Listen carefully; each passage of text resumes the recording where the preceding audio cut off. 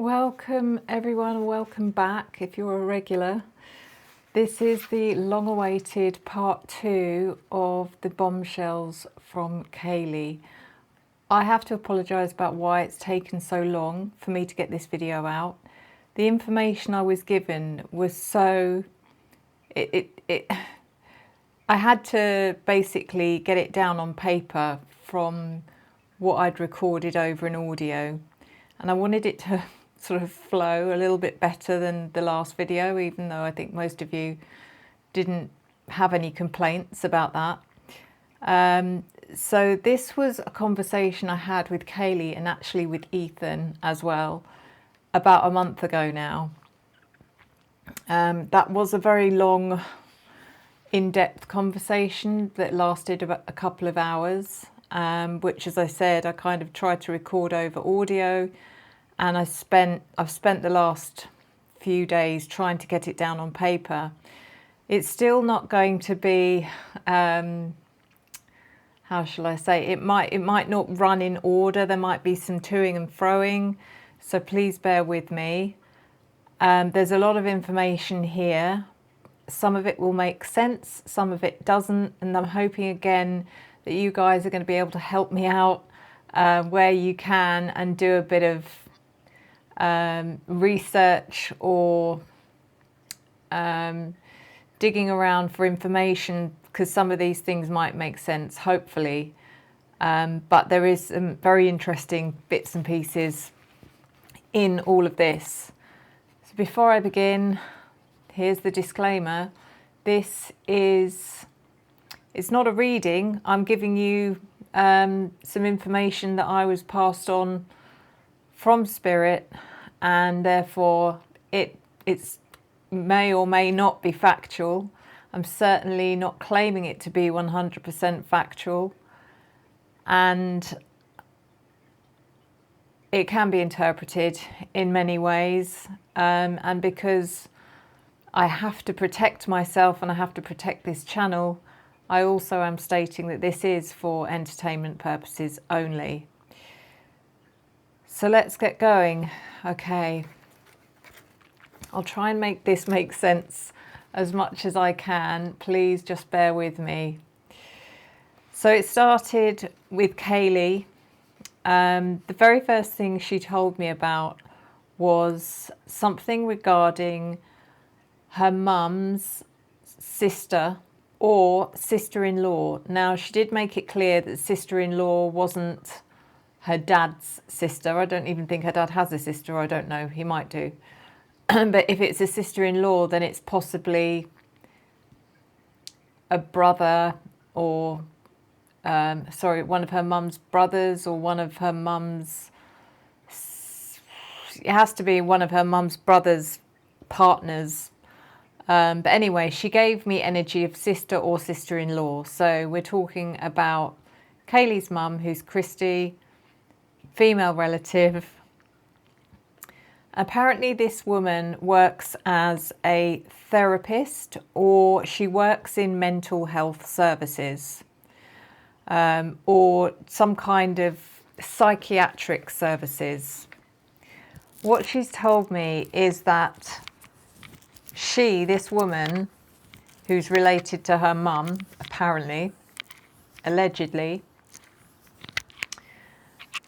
did a psych assessment on Brian Kohberger as part of admissible evidence to the trial.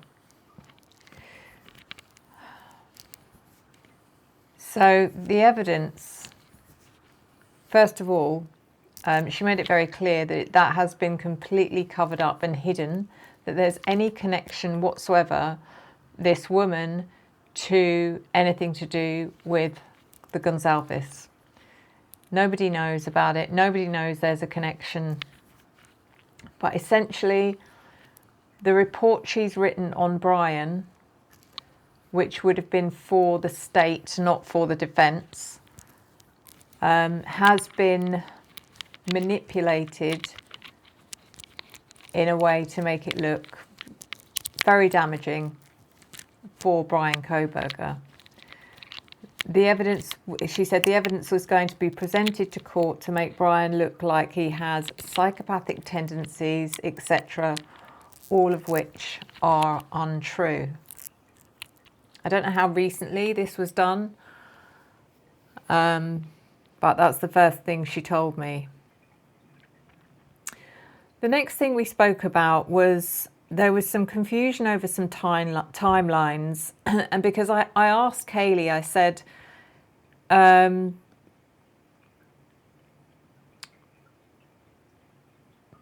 last video I did like this one, the first one, which was the Bombshells from Kaylee video, I brought that up to Kaylee and I said, Kaylee, everything that came up in that was very different to what I saw in the first reading I did for you when I did a tarot reading. And I just said, I can't understand why it's so different. Because in that original reading that I did, or sorry, no, in the conversation I had with her last time for the first video, the Bombshells from Kaylee video, she made it sound like that she'd had to rush home, and as soon as she got home, more or less instantly, within 20 minutes, she was unalived, which was very different to what I saw in my original reading for Kaylee. So I brought that up to her and I asked her what why. And she explained that when she delivered the messages to me the last time, she was delivering those messages through the energy of a flashback. She said there was a lot more going on. In fact, she said, what actually happened was, this is it in a bit more detail, while she was at the grub truck with Maddie, she got the call from Dylan to say that Murphy had escaped and that everyone was out looking for him. That's a condensed version of what Dylan said. She said basically, don't worry, we'll find him, but he's out, we can't find him. We're all looking, but if you come back, he'll probably come to you, he's not going to come to us. It was something like that. She also arranged for Dylan arranged for Eric Gower to go and pick Kaylee up from the grub truck because it was quicker than her making her way back. I don't even know if she could make her way back, but either way, she said she got Eric Gower on the phone and she sent him to go and collect Kaylee and Maddie. Once Kaylee got home, she was shocked by what she saw because outside of the property, she said there was a lot of cars, there was a lot of activity. Even normally, even if it's a Saturday night, and we all know that house is a bit of a party house, there'd be a lot of comings and goings and people. It was never people arriving in cars, so it was unusual to see a lot of cars outside. But she said when she got there, there was a lot of cars, one of which was a cop car. And she said, I seem to remember that the car still had lights flashing on the car, but she said, I'll be honest, I don't know if I've imagined that, if that's something that I've made up in my head or if it was real. But she definitely noticed the cop car. She also was really confused because she didn't know what on earth was going on, or why hadn't Dylan said something to her on the phone if there was some sort of emergency. So the next thing she knows, she sees Dylan coming running out to greet her. And Kaylee says to Dylan, what the hell's going on? And Dylan came out in distress. And she said, oh my God, we don't know what's happened, but it's Ethan. And apparently he was found outside. And when she said outside, she was referring to the back of the property. He was found outside unconscious We don't know what's wrong. It might be something he's taken.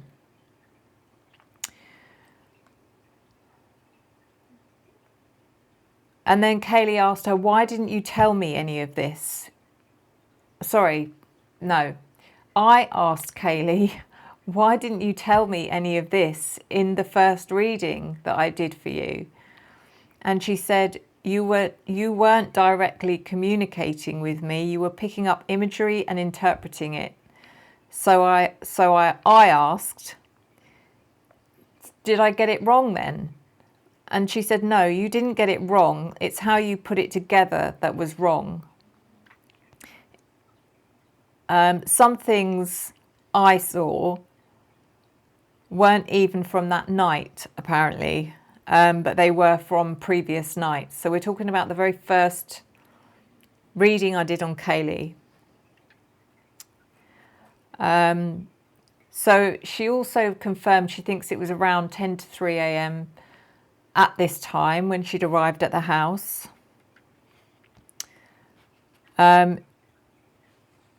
And she also knows now, as she was speaking to me, she said, I also know now that they didn't find Ethan at the property unconscious. She knows that he was actually placed there. And that's why the police were there. Couldn't quite figure that out. I said, well, he was placed there because the police were there.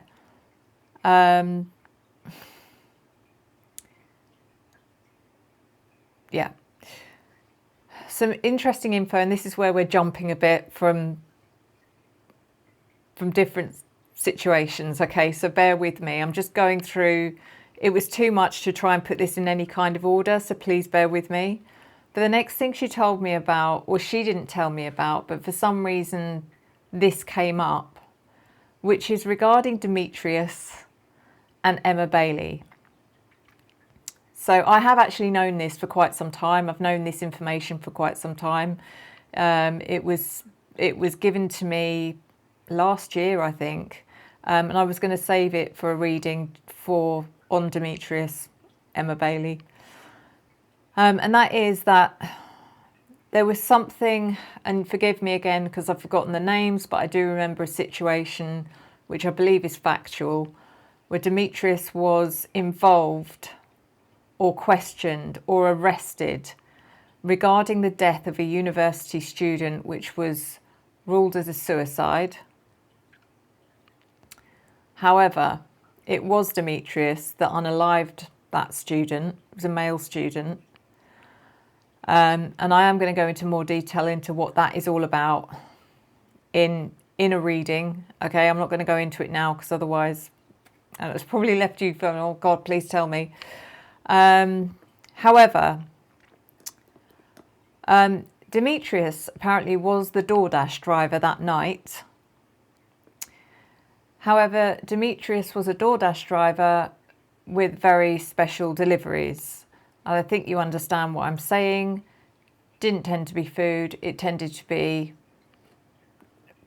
narcotics or drugs, okay? Which apparently I didn't know until recently. That's quite a common thing is over in the States, is that DoorDash deliveries can be other things. So that was a regular thing for Demetrius to be delivering certain goods to the property. However, on the night of the unalivings, Demetrius was the person, the DoorDash driver that night, and he did actually deliver food. Now, there's nothing here to say that actually, in fact, we know it's not, or Kaylee knows it's not, and I know it's not. You choose whether or not this is real or not, but it definitely wasn't Xana that ordered that delivery. So it was a food delivery, but it did have one bonus item in that bag, and that was the knife and the knife sheath that apparently had been handled previously by Brian Kohberger during a previous interaction between Brian and Demetrius because Brian used to also buy certain things from Demetrius, and apparently Demetrius was showing off his latest blade to Brian during that transaction, and Brian handled it, apparently. So coincidentally, included in that bag was the K-bar knife and sheath, which was courtesy of Demetrius. And apparently the law enforcement officer at the property at that time that Kaylee got, when she got back and she saw the cop car, was apparently Rosendahl. And Demetrius and Rosenthal had a very special kind of bond, apparently. They had an agreement that kept Demetrius out of jail whilst he helped the police. And that's why apparently he was, whatever the situation was with the guy who was meant to have committed suicide, but there was something that Demetrius actually went to jail for regarding that. And I don't know if it was to do with rugs. I don't know if it was to do with whatever it was. It was a major crime that he was sentenced for, but miraculously he was out within about 6 months, I believe. And again, you're going to have to double check that, but he was released because of special bonds between him and the police. So at this point, for some reason, I suddenly had a song come into my head, which was "I Won't Let the Sun Go Down on Me." I don't know what that's to do with. I don't know if that's connected to Kaylee, or I have no idea. And there's probably not much that any of you are going to be able to do to bring clarity to that. But I know there was a significance as to why I had that song in my head. The next thing was about Murphy. Because that evening, for the majority of the evening, while everyone was out, the house was empty, or there was no one in the house that Kaylee would have trusted to look after Murphy. So actually, apparently Jack took Murphy that evening.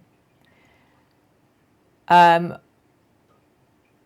Dylan knew she was going to be back first to the house. So she told Kaylee, "Don't worry, I'll get Murphy from Jack because I'm going to be home first." We also don't know if Jack actually had Murphy because Jack was in such a state, apparently. He was very inebriated. And I think he was out as well. I'm not sure. I don't know if he was out or not. If he was, anyway, irrelevant. So it may not have been Jack who actually was looking after Murphy. Maybe it was, I don't know if his parents lived close by, but someone that was connected to Jack, probably. So, however, Dylan never did pick up Murphy. He ended up staying with Jack, or Jack's mum or someone.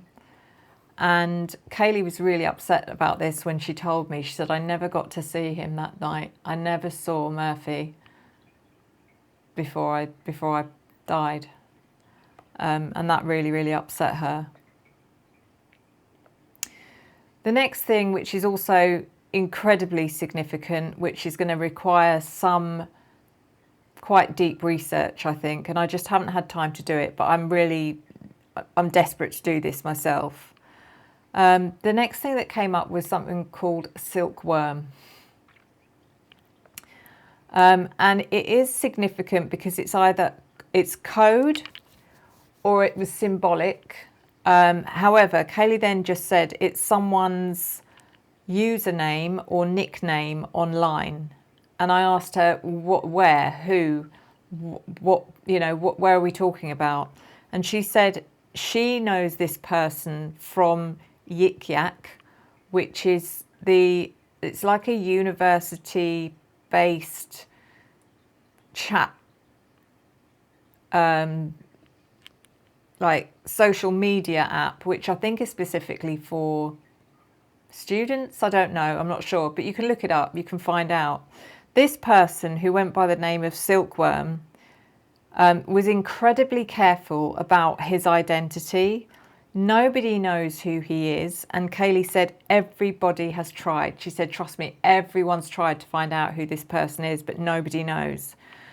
She said, what I will say is they are 100% legit. They have said things on this forum about the unalivings, about things that have happened that night, about the people that are involved, about all sorts of things.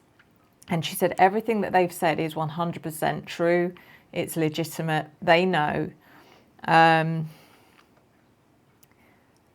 I did ask her, do you think you'd find this person on Reddit? And she said possibly, but she didn't know. Again, this is going back and forth a bit, so I do apologise. The next thing that came up was Ethan.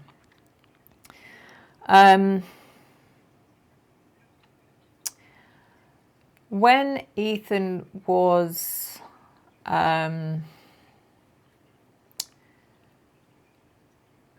found, or when, I mean, at the time when they were all found, when forensics came in, you know, that kind of thing, and they would have searched their bodies to begin with, you know, their clothing, to see if there was anything on them that was of forensic value or evidence. And when they searched Ethan, they found an undisclosed amount of powder in his pocket, which was later identified as a Class A drug.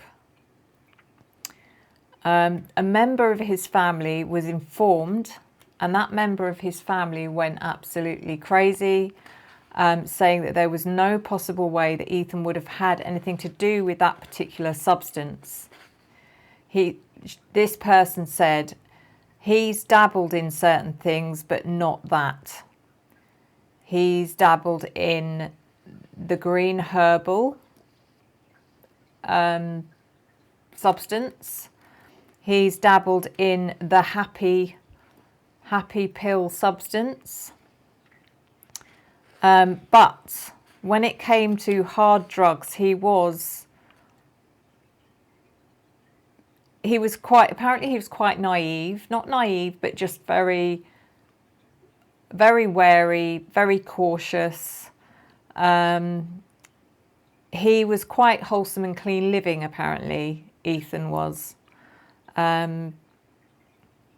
And he used to joke that he was so accident prone that he would never risk taking any hard drugs because he would probably accidentally overdose the first time he took it, is what he said jokingly. So the question came that they were discussing this. Ethan's family were discussing it. I believe it was Ethan's sister, Maisie. It could have been Ethan's sister, Maisie, and possibly Hunter. Trying to work out where this had come from. How did he end up with it? Maisie had been with him that night, but she said, I wasn't with him the whole time. I wasn't stuck to his side like glue. I didn't see everything that was going on. She said possibly, maybe someone else had it and was talking about taking it, and Ethan took it off them to stop them taking it, because that's the kind of thing he would have done, looking out for a friend.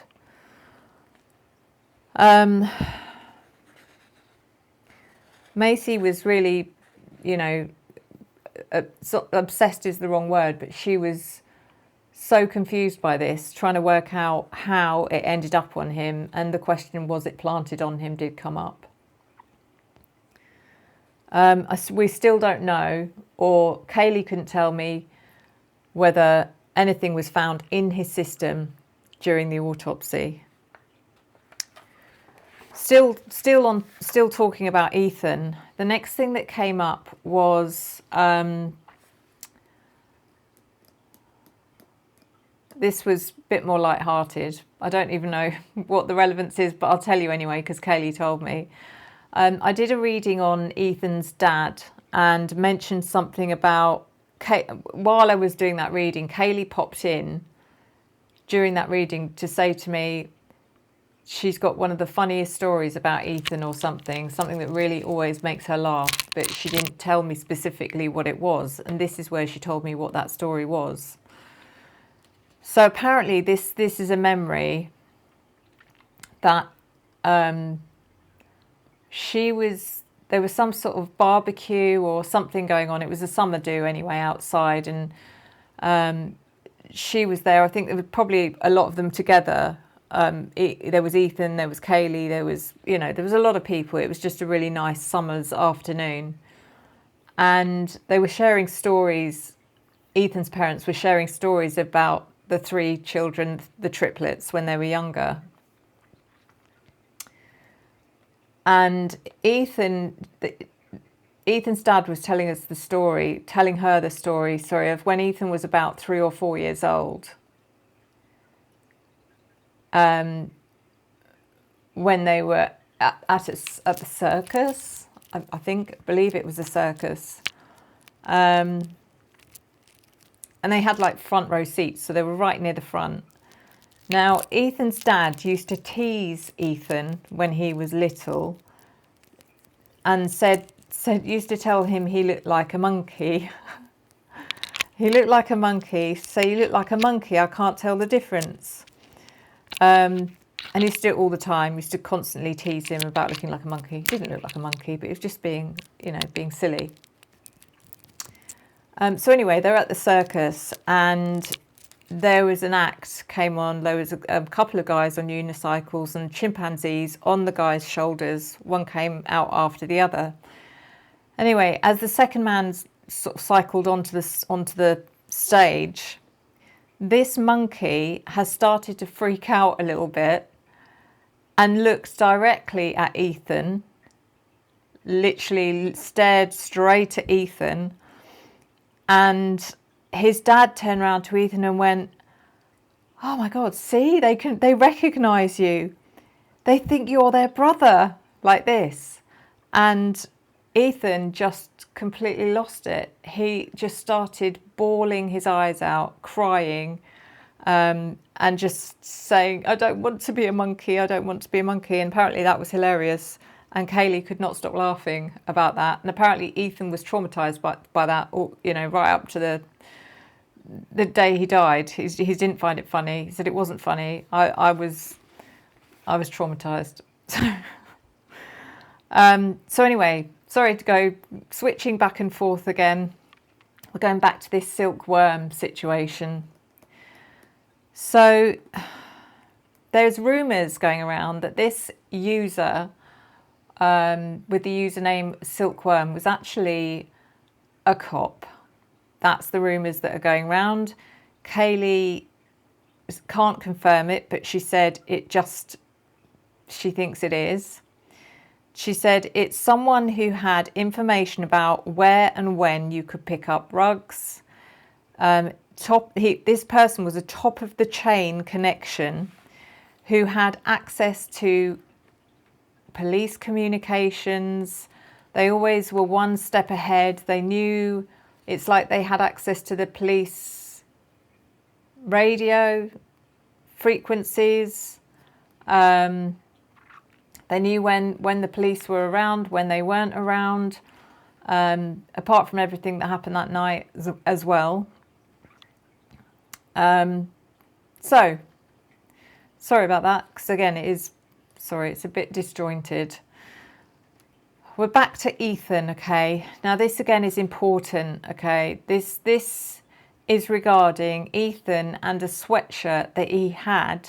You'll see it on the thumbnail, okay? Now that might not be an exact replica of this particular sweatshirt, but I was told that Ethan had a sweatshirt that had something to do with he said California University, and I know there is no University of California. They never make it clear, Spirit. They I don't know why, they just don't.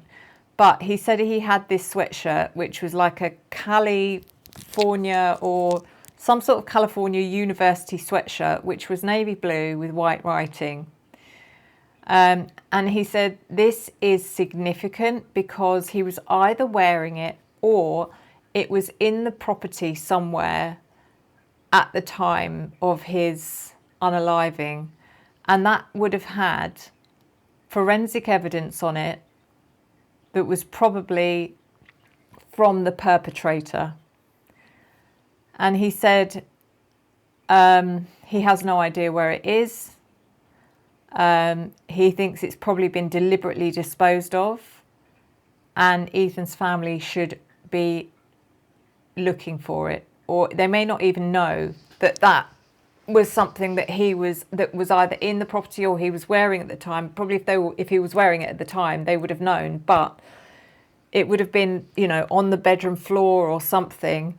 That particular sweatshirt, if it's gone missing, is another clue that they're hiding evidence.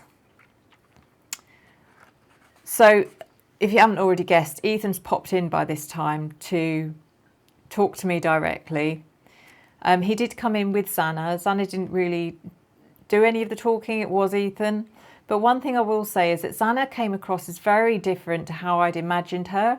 I thought she was going to be very bubbly, very outgoing, very animated, that kind of thing. But actually she was really quiet and quite reserved. And I said, you're not at all how I expected. And she said, oh yeah, I am like that when I've had a drink. That's what she said. So anyway, Ethan did say, you know, if my mum gets this message, she can look for that sweatshirt as hard as she likes. She'll never find it. It's gone, is what he said.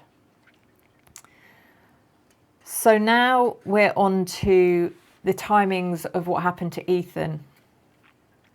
So if you remember, if you've watched it, I did a reading on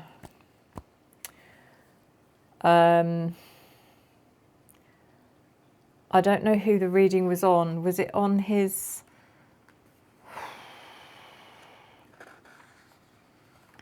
I can't remember if it was on his dad, possibly. But there was a reading I did where it was stated that Ethan was taken, he was captured. Ethan said this happened at around probably 12:30 a.m. 12:30 a.m. And he was captured by two males. It was while he was with Xana. And he was bundled into the back of a black SUV pickup truck. And again, I don't know what kind of SUV pickup truck. I did put a picture on the thumbnail. I'm not saying it was that particular one, but I tried to find one that I had closest to the vision I had. So two males. He was bundled into a truck. This is where it gets interesting, guys. He's bundled into a truck, and the first thing he sees is the person in the front of the truck who was sitting in the passenger seat, turns around, and as soon as he turns around, he says to Ethan something along the lines of, "Hey Ethan, how are you?" This guy had a Canadian accent. Ethan recognises him straight away. Ethan can't give me his name. Why? I don't know, but I don't know why it's so hard. Spirit cannot just give you a name. It's never, you'll never connect to Spirit and they'll say, oh yeah, it was so-and-so, it was Eric Gower, or it was Ethan Chapin. It's always something like, it was an E for, you know, whatever. So he hasn't given me a name. Like I said, it's notoriously difficult to get an actual name. But wait. What he did tell me was this man was the father of someone in the fraternity, and this man is very connected. The next thing this guy said to him was, the first thing he said was, "Hey Ethan, how are you?" And then he said along the lines of, "We can't have people like you running around shooting their mouth off, letting things fly for everyone to hear. It's not good for business. It's a good thing we have a few people who look out for us." The two guys that bundled Ethan into the truck apparently were this guy's sons, who may or may not have been in the fraternity. I couldn't quite figure that out. I couldn't get a clear answer. Whether they were still in the fraternity, whether they're ex-fraternity, I don't know. This family is huge, okay? They are loaded. Ethan said they live on a huge property, probably a ranch type property. This man, what he looks like, okay? He looks like he's probably in his 50s, slim build, slightly balding, like receding hairline, grey hair, close cropped grey hair, well kept looking, not bad looking. I mean, quite handsome, I would say. He's also, if this makes any sense, he looks Irish. He just has an Irish look about him. And he had an incredibly friendly face. One thing I will say, you wouldn't see this guy and think he looks, you know, he looks like trouble. He didn't at all. Anyway, that's the description. Ethan at this point was absolutely terrified, and wanted to know what was happening. Where are you taking me? At this point, it all made sense. The reading I did, and forgive me, I cannot remember who the reading was for. It was something to do with Ethan. Where I mentioned that Xana had to call Ethan's parents to say he'd been taken. That phone call now makes sense because I remember Ethan's dad saying something along the lines of, we have to be very careful about what we do now. It was something like that.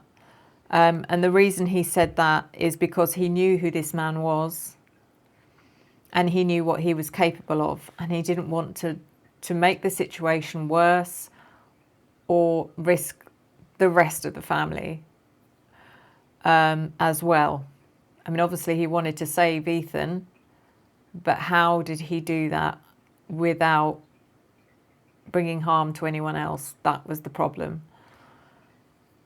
I also asked Ethan why the first reading I did on him was so different to what he was telling me now.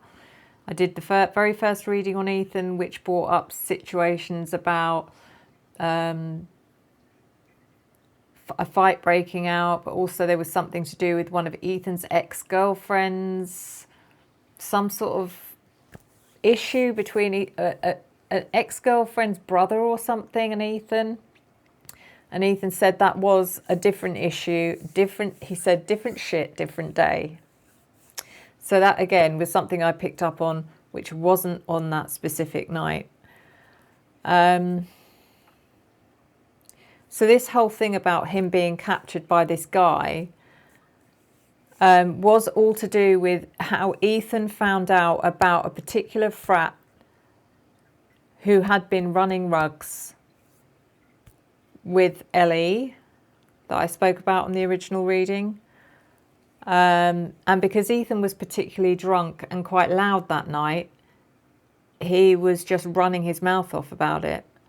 There was plenty of people that would have heard it. They were in a situation, I seem to remember feeling like they were in a bar or somewhere, public place anyway, where Ethan would have been making it known, sort of thing. He certainly wasn't being quiet about it.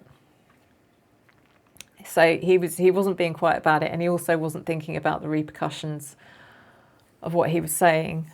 So whoever this guy is that was in the truck, he's incredibly powerful. He also apparently has political connections. Ethan told me he's got connections to Chad Daybell. Now, if you don't know who he is, you have to look him up. He couldn't give me what the connection was. I said family, no idea, but something to do with trafficking. The next thing I was given was the name Crispin.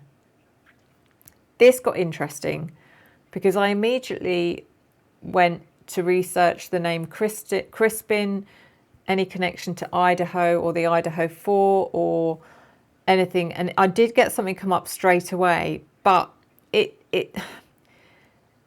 didn't make sense. There was someone political as well. Immediately came up as someone political. But the person I saw definitely wasn't the older man in the truck. So I don't know if that was a red herring or if there is some connection that I just didn't spend long enough looking into. The name was something like Crispin Gravatt or something like that. I don't know. Who seemed to be, I don't know, they're definitely not powerful. They definitely weren't rich. And they were way too young. The other thing is that Crispin may not be the name of a person. It may be connected to the name of a place. So it could be a road name. It could be a house name. It could be a town. I don't know. The last thing I got was the name. Well, finally got a name. But again, this wasn't the actual person. And that was the surname Taylor. Possibly Aaron Taylor. You need to look up the name. He said you need to look up the name Aaron Taylor and look for the arrest warrants on this person. And I don't know if they are also connected to this Crispin name. And again, this Irish-looking man, powerful man, apparently was also married to someone who possibly has Oriental features, is all I could see. Yeah,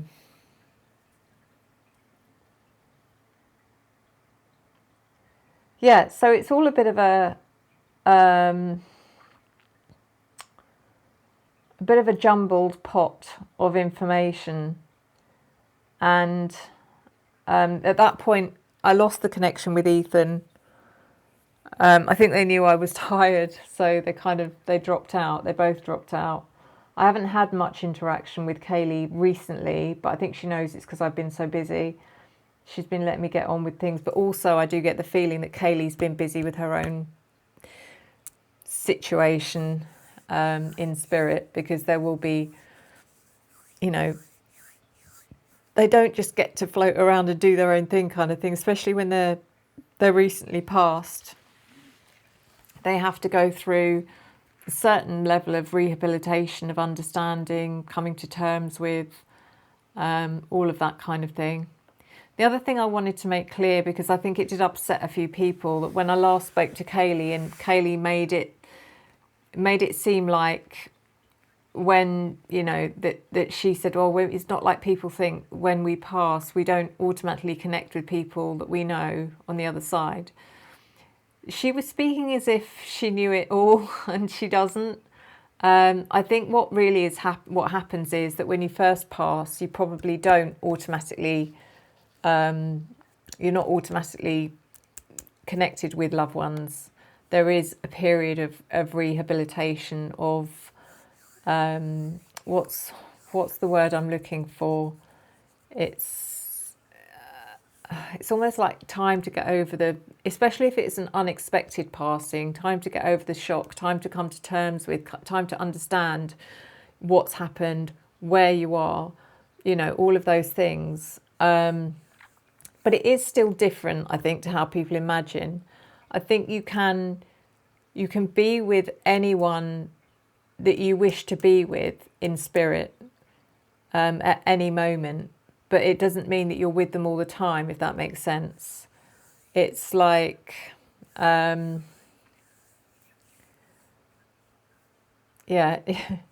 don't just repeat the life that you have here in spirit. It's not like, oh, you want to be with your husband, you want to be with your wife, you're with your wife, and you're living out your eternal energy with that person. It's not the same. But that you're still, that connection is still there, that energy is still there, that will always be with you. So it's not, and I think some people thought when I was trying to explain it last time was that you never see them again. That's not it at all. But it's just very different to how you imagine it or how you wish it to be. But once you're there, it doesn't feel like you're missing out on anything or you've lost anything or you're missing anyone. It's really hard to explain. But yeah, that was another intense lot of information.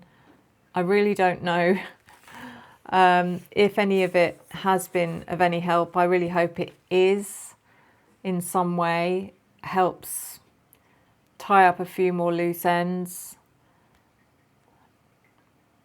One thing I will say that I am really worried about is that I've been getting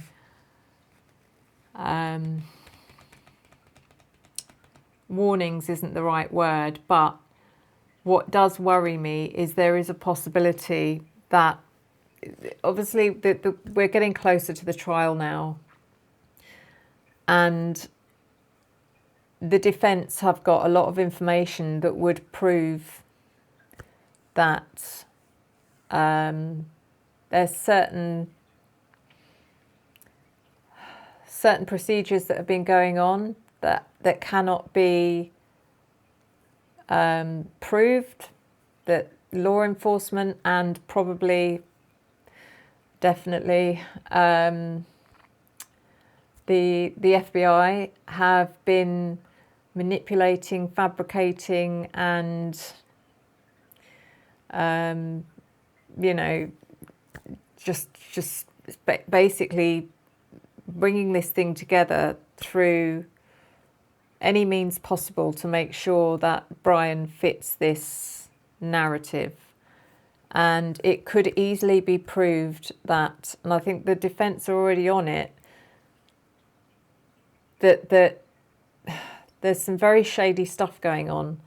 And the thing that's worrying me, or the thing that I keep getting or hearing, is they want to be careful, because the more they uncover, the defence, regarding any corruption, the more at risk Brian Kohberger is before this trial even goes ahead.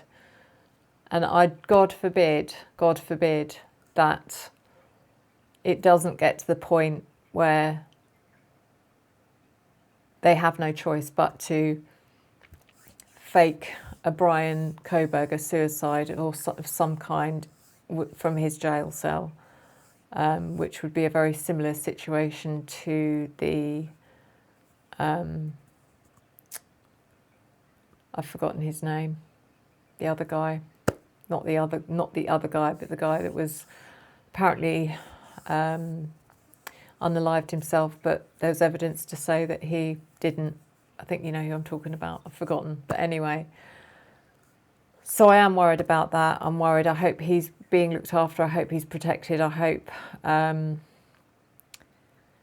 hope he writes something somewhere just to prove that he has no intention whatsoever and never will have any intention of unaliving himself. And if he is found unalived, that it is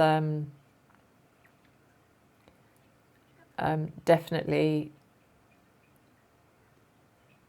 suspicious.